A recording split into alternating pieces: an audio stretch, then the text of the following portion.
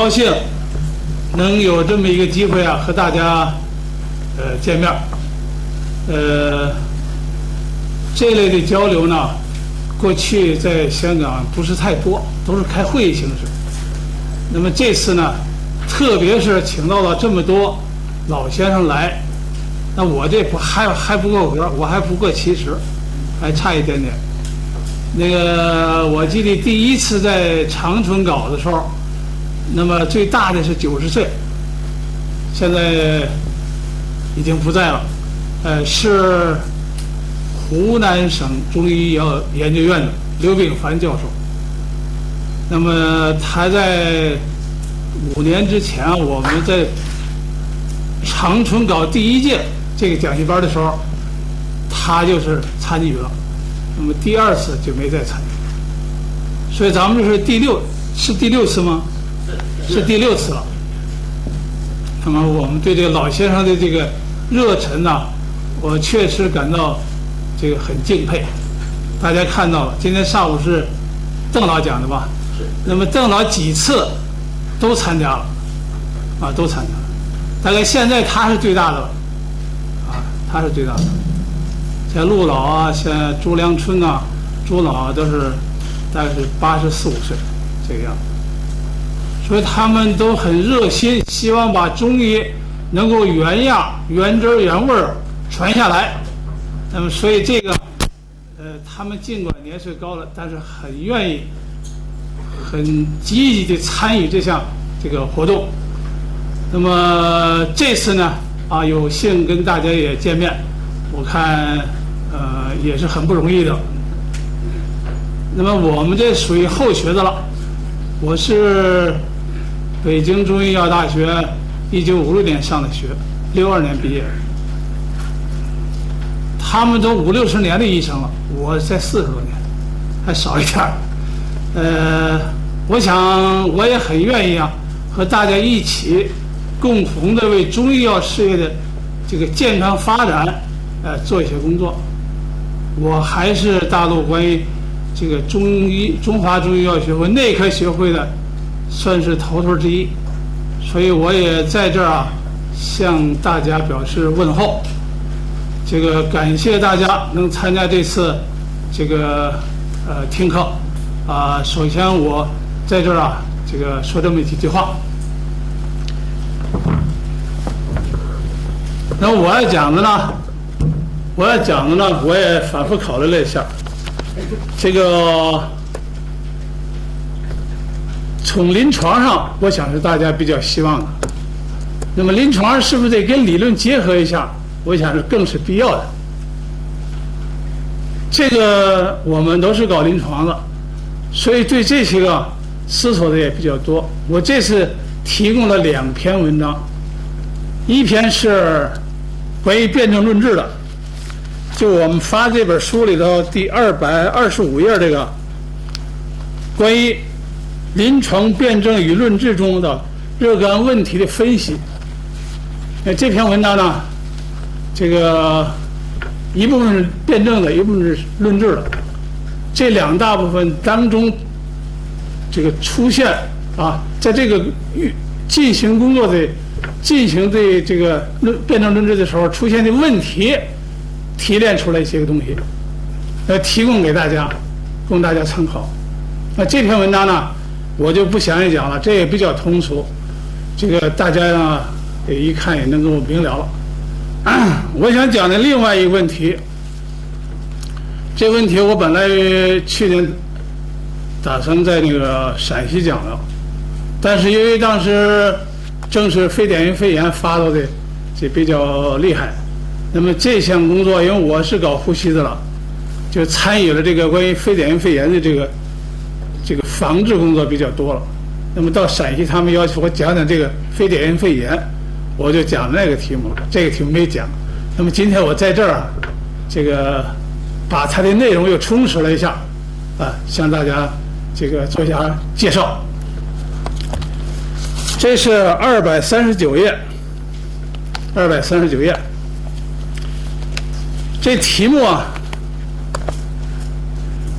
这个题目啊，大家看，它是一个这个哮喘，它是哮喘，它是哮喘的一个类型。那么它的哮喘呢有它的特点啊，咳嗽为主的一个哮喘。我主要从中医药的临床和研究当中来跟大家做一下汇报。刚才介绍了，我是中日友好医院的，这中日友好医院的这个门诊楼啊，这病房楼是一个14层的楼。大家都知道，中日友好医院去年也是改成 SARS 病院了，5月份，1300张床的医院，当时准备要收一大批，但是收到200多个就少了，就没有多少了。那么逐渐就于去年11月又重新装修完了，又开诊了，现在已经正常开诊了。那么这个经历呢，给我们整个医务人员提供了一个很什么的，很这个深刻的印象啊。这个关于中日友好医院的一个，下边是这个我在这个别墅讲学的时候一个照片。那么我们下边就讲我们这个正题了，叫咳嗽性哮喘。咳嗽性哮喘又叫咳嗽变异性哮喘。我刚才讲了，它是哮喘的一种啊，它也叫隐匿性哮喘啊。这个病呢，它特点很明确啊，它的这个特点呢是以咳嗽为主的，不发生哮喘啊，没有哮喘，就发作的时候。所以人们对这个病的认识啊，不管我们一般的医生、内科医生或者其他科的医生，呼吸科医生有时候也有误诊。这个我也讲，这个跟大家讲这个目的啊，也有这一点。就这个病的认识，它的特点、它的表现、它的中医药的治疗啊，它的研究，还有一些介绍的一些我在这当中的一些用药，那么跟大家做一下介绍。这里边谈到了这个咳嗽型哮喘，它有一些误区啊，也要跟大家说一下。我觉得我所要想把这个题目拿来跟大家汇报、跟大家讨论，就是这么一个意思。下边一个，那咱们首先看看这误区啊，这误区呢，头一个比较好办，就是它没有喘息啊，但是呢，它有干咳，这咳嗽特点也是比较明确的，也比较突出的。它有没有痰呢？可能会有一点痰啊，可能会有一点。那么痰呢比较少，并且不好咳出。大家都知道，去年搞那个非典型肺炎的时候，一开始它也干咳。那间质性疾病一开始都是干咳比较多，它跟那个典型肺炎它不一样。那么这个从哮喘这个角度，咳嗽性哮喘呢，它的痰也不多啊，也不多。它这个伴随着咽喉的痒啊，这痒大家清楚不清楚？就觉得好像这个有什么虫子在爬那个感觉啊，有痒的感觉，瘙痒的感觉。这一痒以后就引起气道反应，咳嗽啊。这咳嗽呢，有时候咳嗽起来就很剧烈啊，很剧烈。夜间发作比较多，这个跟哮喘接近。白天相对来讲没有外因刺激，还会好一些。因为它这比较突出的还有一个就是有一个冷空气啊、异味刺激，就刺激因素可以加重啊，可以加重。这个病的时间长了啊，时间长了可以很长时间不好啊，很长时间不好，反复发作啊。它这咳嗽呢是一种痉挛性咳嗽，刚才震咳嘛，剧烈的难以抑制的一种咳嗽。这是它一个特点没有喘我刚才已经谈到了。下边由于这病呢还有点过敏因素，有过敏因素。那么这个为什么给它叫哮喘？为什么给它叫哮喘？就是这个病它跟哮喘的机理是一个样的它所谓机理呢，就是这个病呢，它的气道反应性可以增强，比较高，比较敏感稍微刺激一下它就会有反应，就这么一种这个机理了。所以它跟哮喘的联系呢就在这个地方。这样的话呢，它就可以区别了其他原因引起的咳嗽它就可以起到这么一个作用。那么其他的咳痰很多了一会儿我们再往下看一看，往下。那我就想下边咱们看看几个跟咳嗽相关的一些疾病。头一个以咳嗽为主，但又不是感染性咳嗽，不是气管炎这种咳嗽。因为这个病呢，它的机理跟气管炎不一样，气管炎气道炎症引起的气道炎症可以引起有急性的发作，也可以反复2年每年发作3个月以上就变成慢性支气管炎了，它跟这个也有区别。或者说老年慢性支气管炎这样的病人呢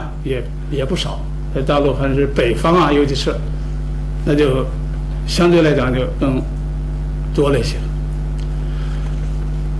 那么还有一部分病人呢，由于感冒或是气道的炎症其他的炎症上呼吸道感染，也可以有一部分发生气管炎但是这个气管炎呢，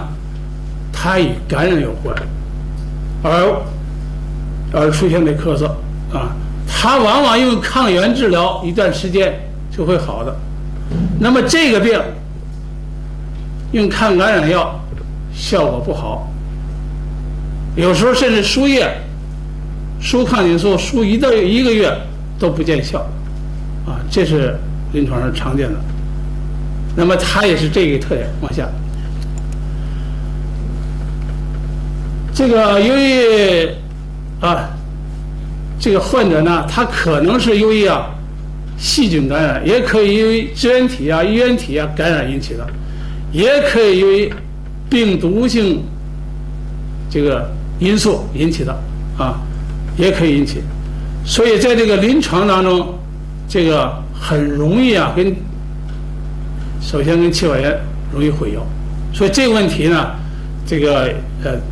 要提出来。但是它不同的机理在哪儿？就气道反应性高、敏感这个不一样这不一样。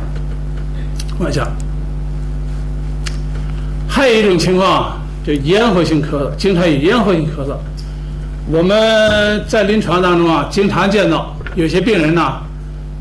说我咽炎老咳嗽，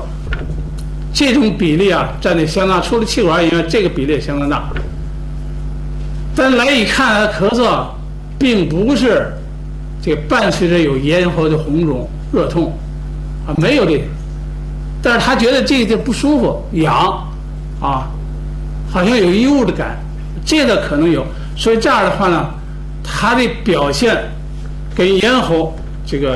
咽喉炎是不一样的那么还有一个外界的冷空气和冷风或者异味刺激就诱发，那么它这也不一样咽喉炎它不会是这样的，所以这跟咽喉性咳嗽有点区别。所以我们在在临床当中应当给予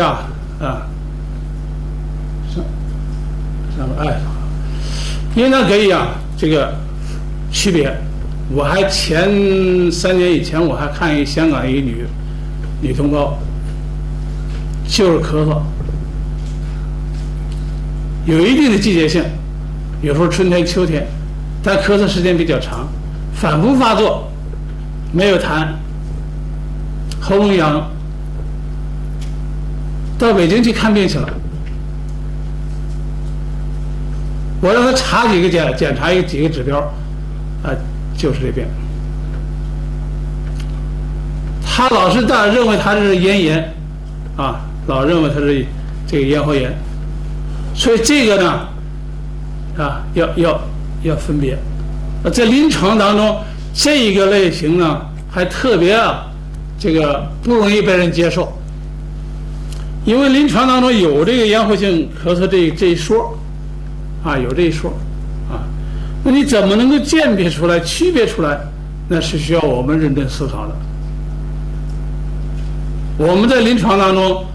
也经常接到这样病人，当咽炎治了很长时间，很长时间，咽炎也能抗炎是不是？中药也是清热解毒药，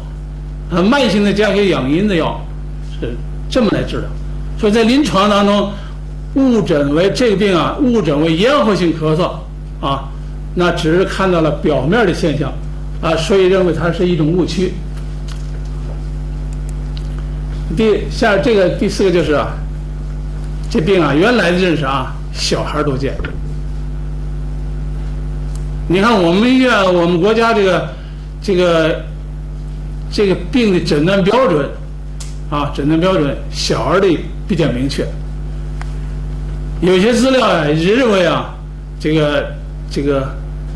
小孩科的病人这种病呢，这个在治疗起来效果也比较好，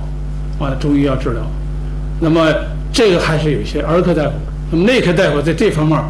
就考虑少，因为小儿科比较多嘛。那么实际上这些年来，特别是这个大气的污染这个疾病的这个呼吸道疾病的增多那么这个病呢，就相对来讲成人也不少了年轻的有，中年有，老年的同样有。我看过一个湖北的一个到北京，我们医院一个医生，他母亲在湖北，在一个西医院治了半年，就这咳嗽就治不了。那么到我们那儿去一查，就查了几项就可以诊断了。那么吃了10几天的中药10几天的中药就回去了，就很好。后来在3、4个月以后呢，发作过一次感冒，那么他又吃了几副药，就没再发，这大概将近2年的时间了。所以在临床当中这种病人这个不要把他认为小孩多见成人没有，成人或少不少，现在已经不少了。所以这个希望这个大家可以在临床当中多考虑一些个。下边我这也就介绍了有这么一个病人，这个这60多岁有的呢1个月病程，有的1个月，一般的诊断标准得4周咳嗽连续咳嗽4周。那么有的呢几个月，5、6个月，也有1、2年的病程再长的有6、7年、7、8年的都有，很难过的很难过的。那么这病因为它有反复发作的病，这情况，所以人们在治疗起来觉得很头疼有没有认识这个病的话，更显得紧张。往下第5个就抗菌素跟止咳祛痰药。因为这个病它因为有咳嗽，好多人我们包括我们中日友好医院呼吸科，他收这病人呢，首先他用抗菌素，他不先去考虑这个病那么再过一段，他经过检查以后才发现不是这个。那么中医治疗跟这个一般咳嗽不一样，西医同样是不一样所以呢，泛用抗菌素、滥用抗菌素的情况极为严重，极为严重。因为他这个病本身前期有的时候有一些感染，气道感染、上呼吸道感染、支原体、衣原体这些感染，一些病毒的感染都可以引起这个咳嗽。但是过一段时间以后，它已经不是感染的那一阶段，而是它这个炎症引起了气道的反应性增强。那么这样的话呢，它这咳嗽就发生了变化，它的治疗，它的机理发生了变化，那么它的治疗也应当随之发生变化。还有止咳化痰药，止咳化痰药大家都认为这咳嗽止咳化痰药是应该有的吧，是吧？但是西医书里边谈到了，抗菌素和止咳化痰药治疗不效，算诊断标准之一。大家我说的很严重了，西医内科学啊，两上下册那个西医内科学上海边那个。那里边就讲到了这句话，我刚才说的。所以我们一定要把这个要做一个内容抗菌素用的时间比较长了，用上了这个半个月了也不见效的咳嗽你看看你就要多分析一点，给他止咳祛痰药也不管事你要多分析一点。如果我们是个临床大夫，就会碰见这样事儿往下，我把这几个误区，我所以要讲这个题目呢，就是因为我们不光我们这个其他地区，就在北京市，就在我们医院，就这个事儿都有时候闹不清楚闹混淆，所以我把这个题目把当中的几个这个误区要说一下那么咱们再简单说一下西医这个诊断。这西医诊断在我们国内这个哮喘的诊断里边没有很明确的提出这个问题，它只是附带的也算哮喘，那么它的诊断跟哮喘机理差不多，所以呢是相一致的，所以呢把气道反应性作为首先头一个，那么也可能做一些其他的检查，比如气道反应性检查梳状试验激发试验、肺功能检查，还有一些免疫学检查，或者说是这个变态反应检查，或者说是西医的这个嗜酸细胞的检查，那么这些个都反映了这个病的一些个内容。所以呢，在西医的诊断当中，我们只是综合了一下国内外的一些情况，把它列了这么几条。头一个就临床表现咳嗽或阵发性咳嗽4至8周，不伴有哮喘，这是一个。第二个就是咳嗽常在，再回来，第二就是咳嗽常在夜间咳嗽。特别是刚一睡的时候或者呢第二天早上起来的时候清晨，那么他咳嗽比较重。他的咳嗽表现呢干咳为主痰少，或者痰很不好出来，很少，那么喉咙痒，春天或者秋冬容易发作，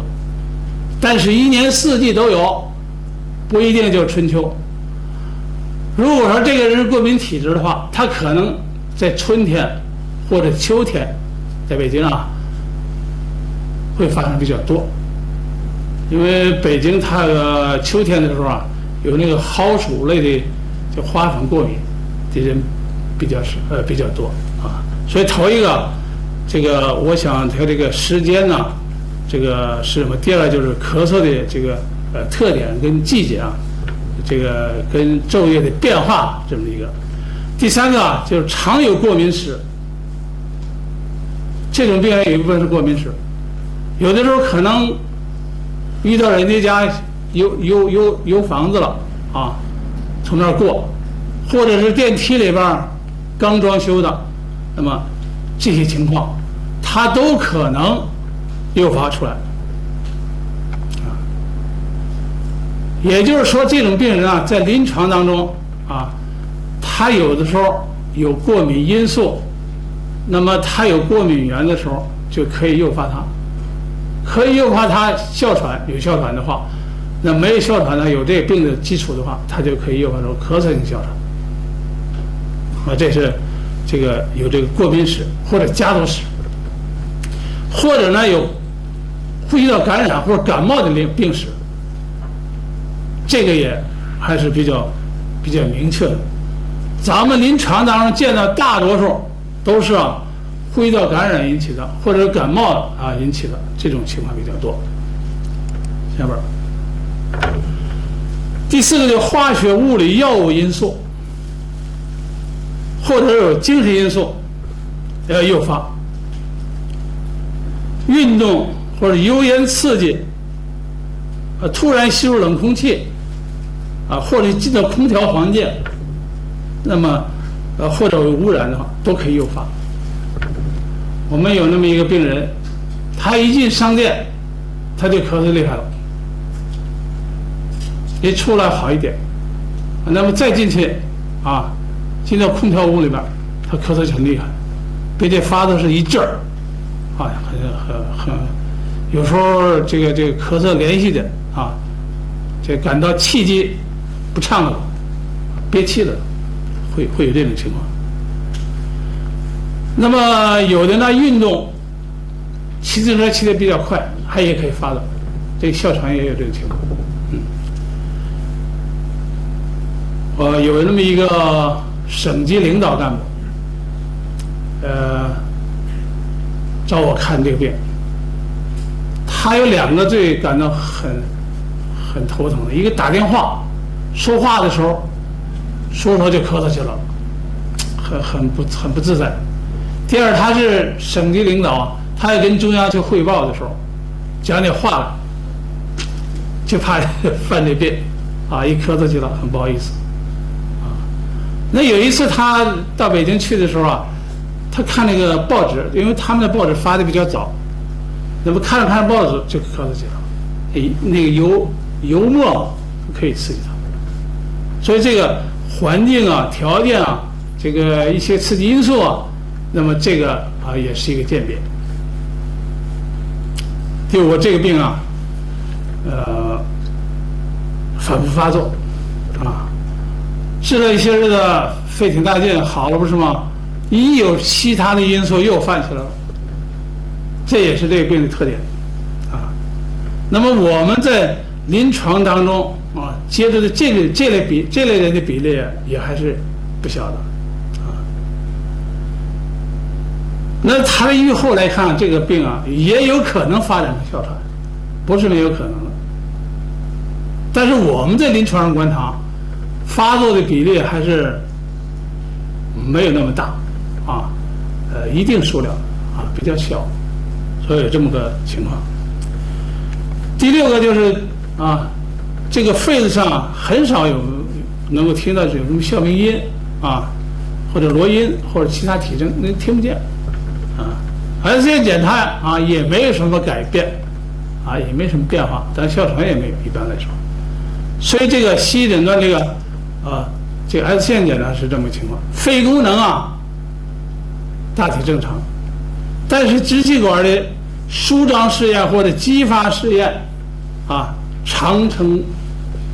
阳性常呈阳性。那么这个激发试验好像更敏感，舒张试验那么它就没有激发试验敏感，就是结果率比较激发试验差一些。那么这个激发试验的时候做的时候需要注意的一个问题，跟哮喘一样，做激发试验的时候有一些乙酰胆碱这类要喷雾的时候，造成它咳嗽也很剧烈了，可以诱发出来它这咳嗽的，那你还要喷一点那个气雾剂，哮喘呢也要喷点气雾剂，它才缓解下来。所以在临床当中，这个它可以通过气道的激发试验啊，气管的这个激发试验啊，这个来获得它的诊断。第10个，实验室检查视穿细胞有所增高啊，这个皮炎免疫啊可以有 IgE 增高啊，也可能查到这个过敏原啊，也可以查到过敏原。现在这个过敏原呢，有的是采取什么呢？这个皮试啊，一点一点点，也有的现在拿药盒抽血来进行检查。啊，这2个方法呢，这个都有一定的这个帮助，是不是很那个准确也不一定，但是可以作为参考。所以我们就根据这个临床当中这个国内的资料跟国外美国的一些个灰病的这个资料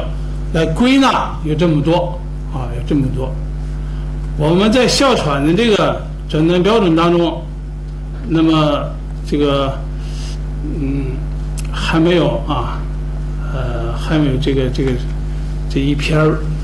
很完整的诊断标准。中医这个没有，我们打算这个，因为我是呼吸这个内科学会管呼吸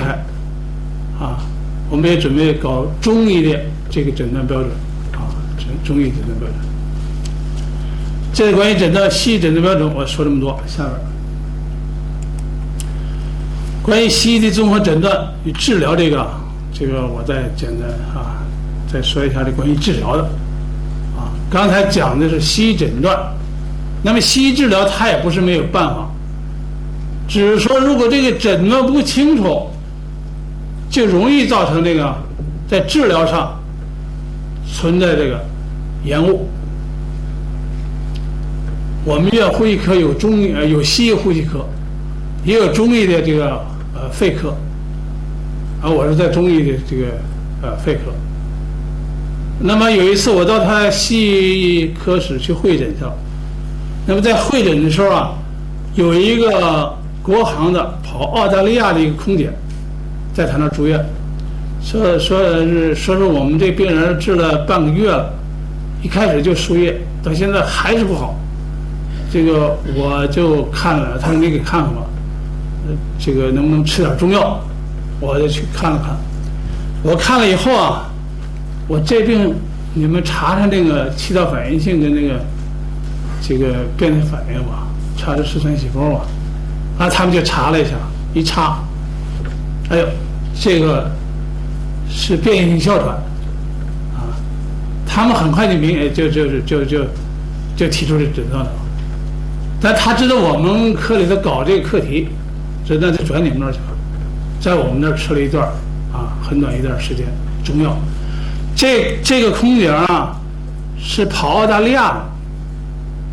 那时候正是夏天前年吧，去年SARS，前年夏天。那么澳大利亚这北京是夏天的话，他那儿就是冬天了，他那儿就冷了。那他这个轮差对他刺激，每次一上飞机回来就咳嗽加重了，然后他就好长一段。后来他出院以后虽然不咳嗽了，但是他也好长一段时间没有去再跑这个航班这个航班。所以他这个在治疗当中实际上我一开始说的是有他的误区的，这不是说着玩的，也不是说笑话，也不是危言耸听，而是确有其事不光是我们中医不认识不光是我们中医不认识，甚至有一些搞这个的都不注意的话，也会容易出现一些个误诊。那么误诊自然治疗就从西医来讲，就不一样了。西医的诊断不清楚，那在治疗上就存在着这个难度你比如说去年那 SARS 的事儿，大家都知道，香港也发生了大家也看了不少资料。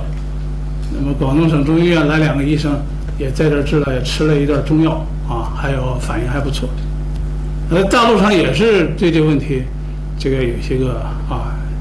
有些个讨论啊。那早期都是用中药，用西药，后来中药就多了啊，都用了。那么就是在诊断上，这个病毒闹不清楚啊。我不知道大家那时候注意电视吧？那个我跟咱们那个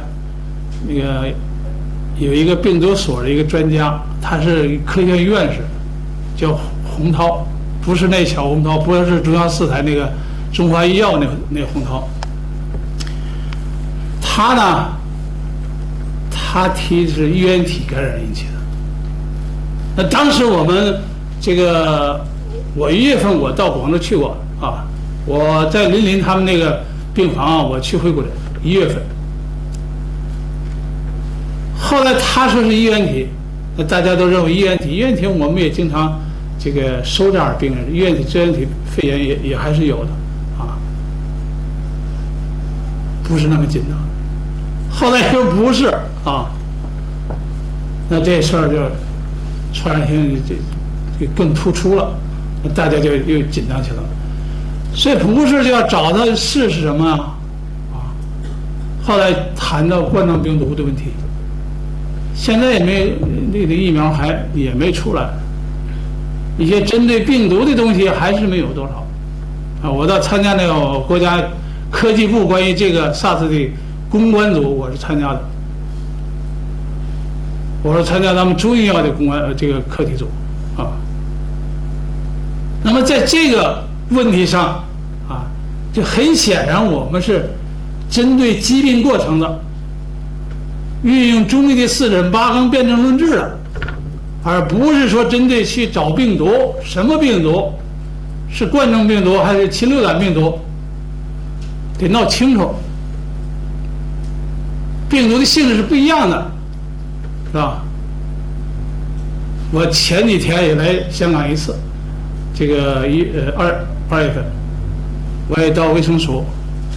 啊，到医管局。跟着卫生部的一个考察团来考察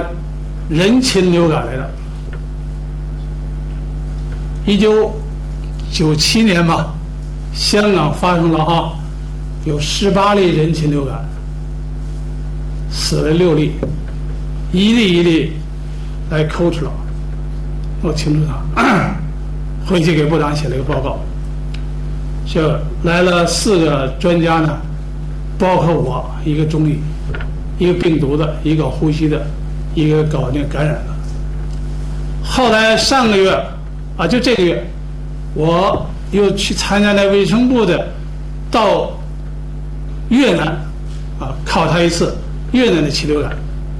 那么他们22个人死了。那么分析他的死亡的原因、传染性、流行病学、病毒学。啊，这些东西啊，它的治疗一个个进行分析了。说他们找的是病毒啊 ，H5N1 也是流感病毒变来的，1、2、3是人流感 ，H5 人也有，可以说人畜共有，但它没有人间传染，我没看着。我们在这儿。在香港，包括在越南，都没有看到，也没有听到他们讲人之间的传染，感染。越南其实有3家是2个人得了这个人禽流感，那么这3家里边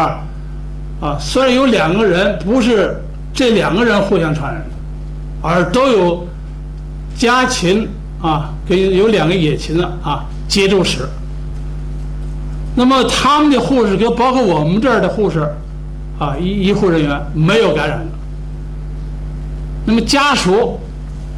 我也没看到，我只能说我没看到，也没听他们讲到有人受到传染的，就是他人之间的传染，人与人之间的传染。这个尽管 WHO 一再讲这个问题，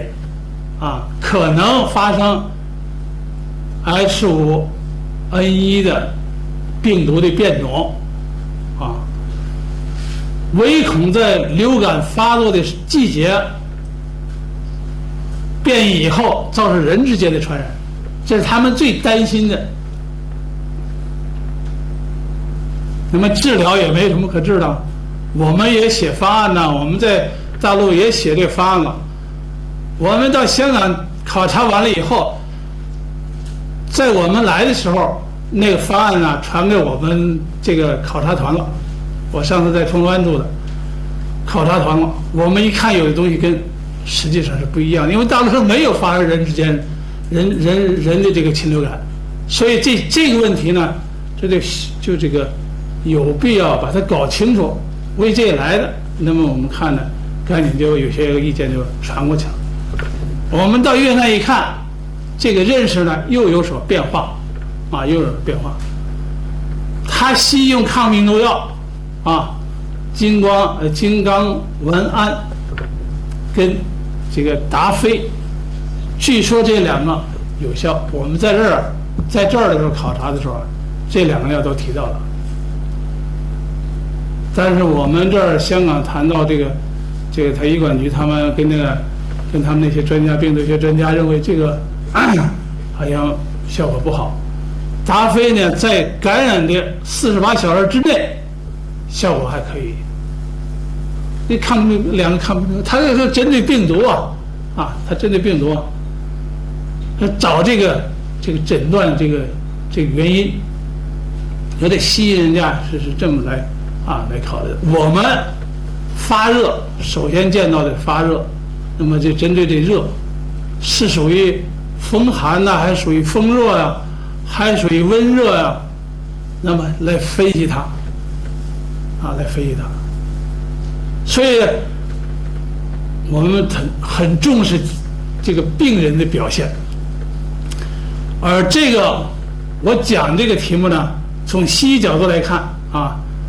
它也是针对的什么这几个方面我跟大家拉回来把题目。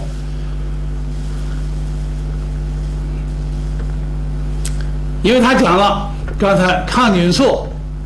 消炎药、抗炎药无效，这不是我说的，我说人家没人信，这人家适应内科学上讲到哮喘那段有那么2行多字谈到了这个问题。那么用什么呢？他用皮质激素用激素来治疗的。那它跟哮喘是一样的机理嘛，它治疗也一样也一样。第二个贝塔受体兴奋剂插点支气管扩张药有效。我曾经有那么一个病人，这个人呢，每到秋天的时候，就这个咳嗽很厉害，有时候胸憋胸憋，咳嗽进来的时候气也短一点。那么他也多方治疗这是前年的事了，多方治疗效果也不好那么他就找那个大家可能知道，这个我们国家这个河南有些地区有那个自己搞的治疗哮喘的药，也是面儿的，有的是那个胶囊剂，但是这些药都不是正式批准的药。人家认为呢，他这个药里头有激素，但是这个卖药的人不说不承认有激素。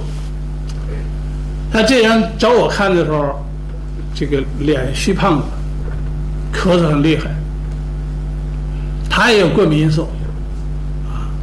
他吃他那药的时候他就不发作，他吃了1年，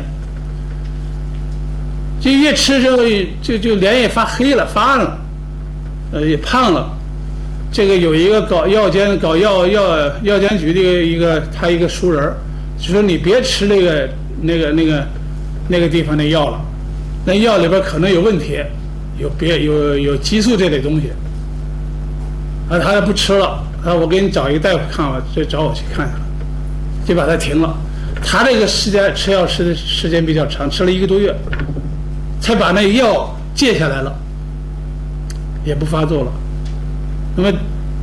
大概吃了1个多月药以后呢，这个逐渐呢，这个就稳定下来，心情也比较没有那么紧张了。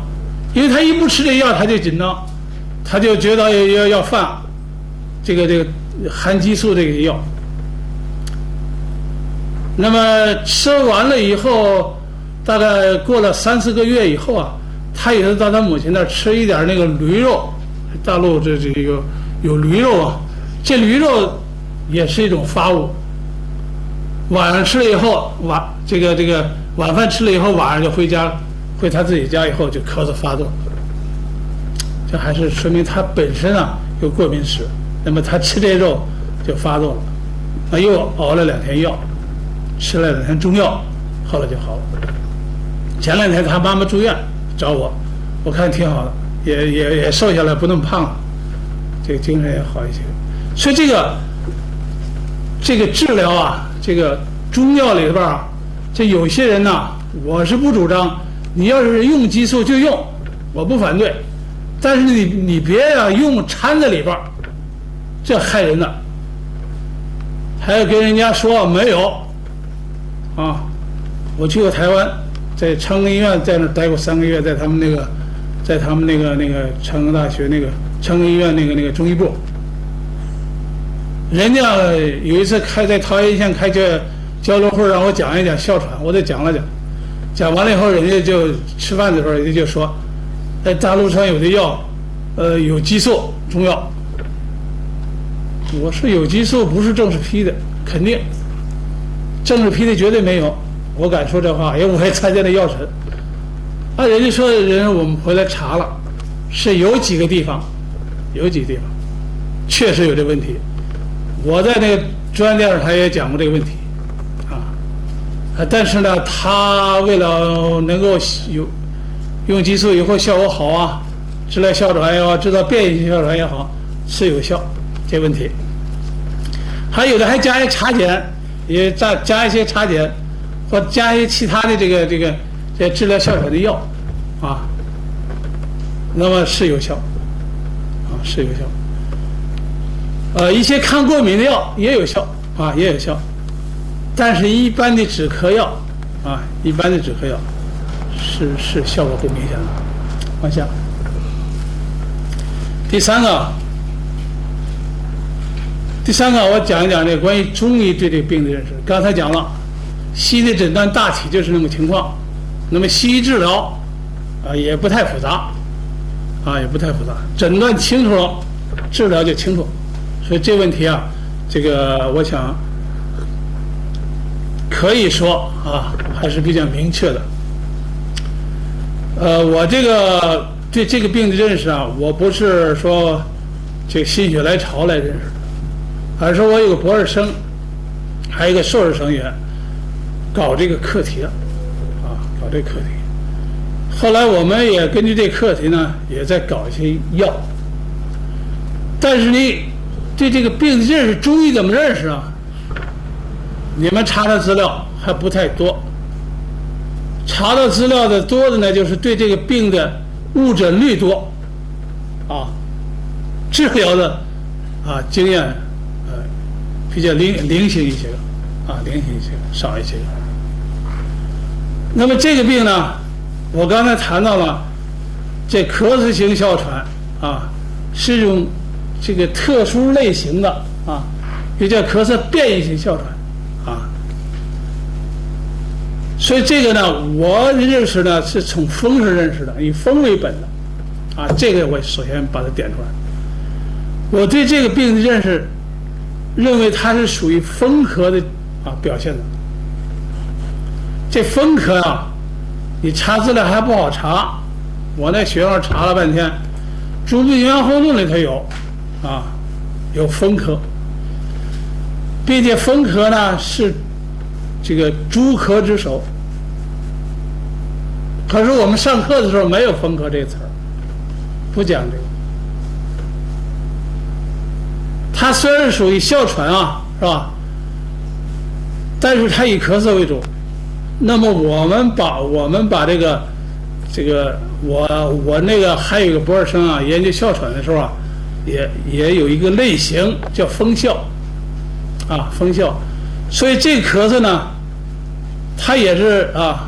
属于这哮喘里边的，我给它叫风咳。下边我还要讲这个为什么叫风咳啊？所以这个首先我是这么认识的，这认识当然仅仅是个人的认识，我们也可能也提到这个全国中医的这个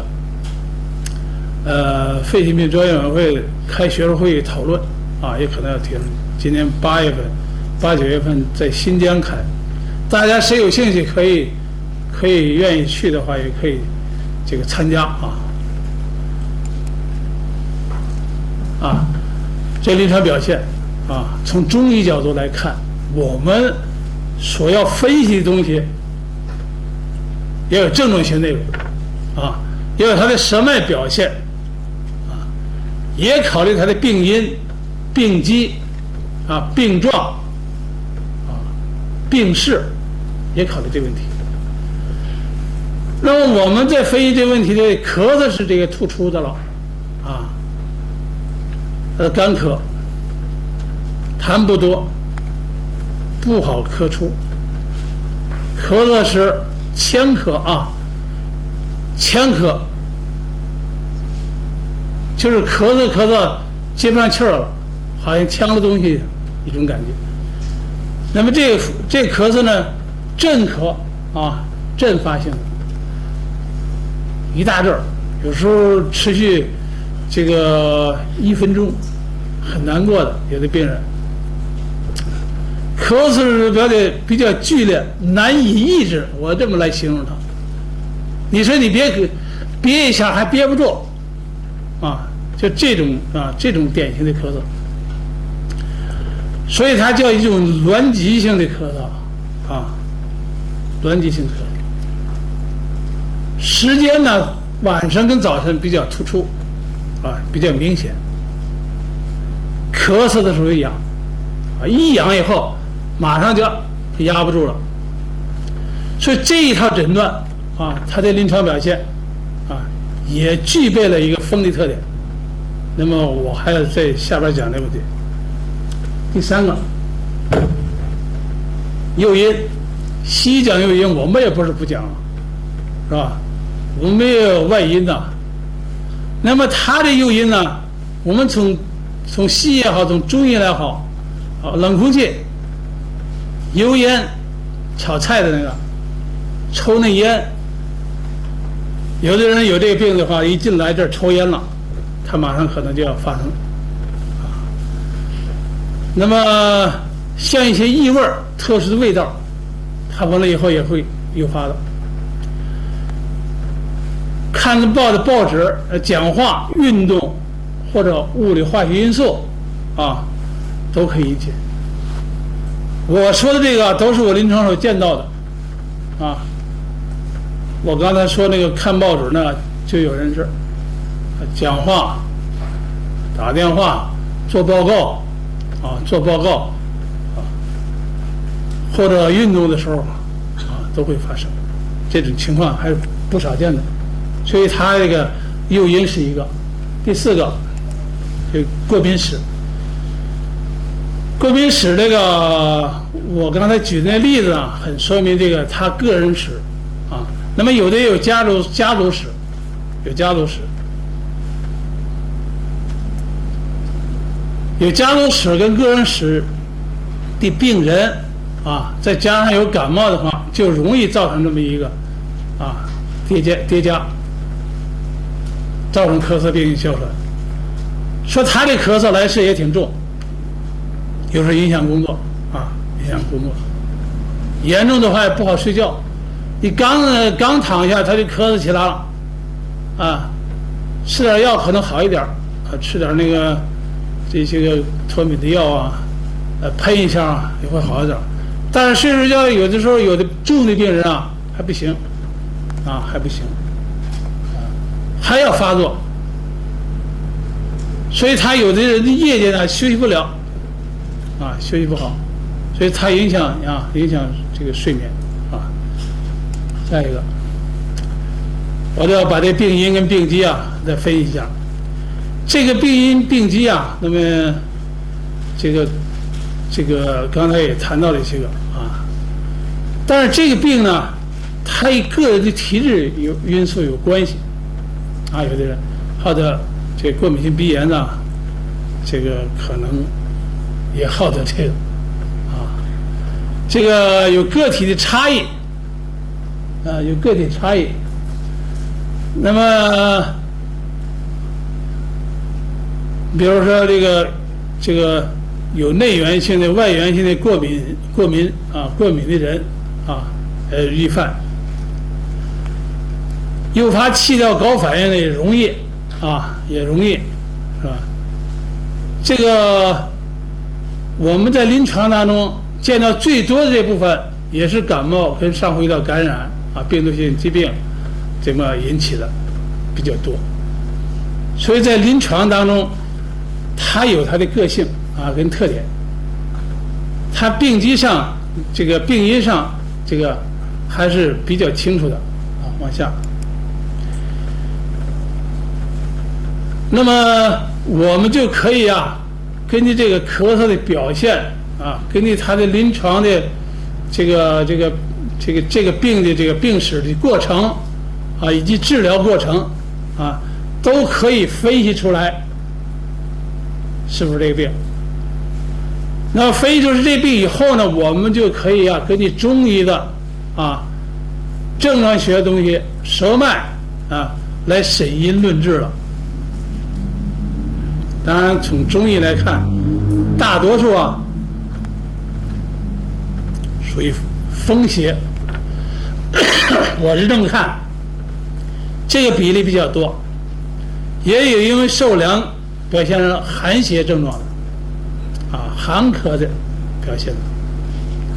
那么也有的一部分人呢归到燥咳里头，因为没有痰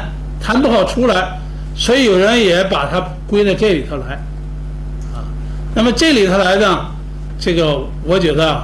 这个也有它一定道理，并且有它一定的效果。但是光用滋阴的药啊，润肺的药也不行。往下，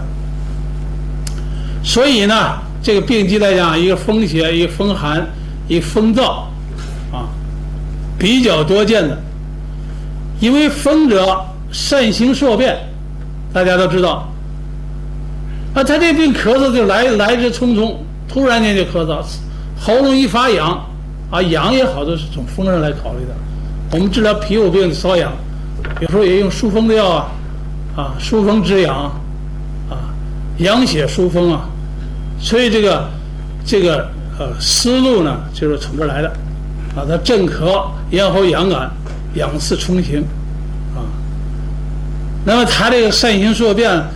来的时候很快，不咳嗽了还就没什么事儿了，感觉还可以挺好啊，待会儿又咳嗽，有这种情况。所以这种反应呢，包括过敏啊，也好多人从这风上来考虑啊。那么它具备了风邪的特点，这个寒邪啊、燥邪啊，这个我觉得在治疗当中、在分析当中都与风邪相关的啊，都与风邪相关。因而在诊断上，我是大部分认为这个病啊这比例比较大的风邪犯肺啊，肺气失宣造成的气道挛急为它的主症啊。风邪犯肺，让肺气失宣了啊，气机不畅了。那么它这个气机不畅呢，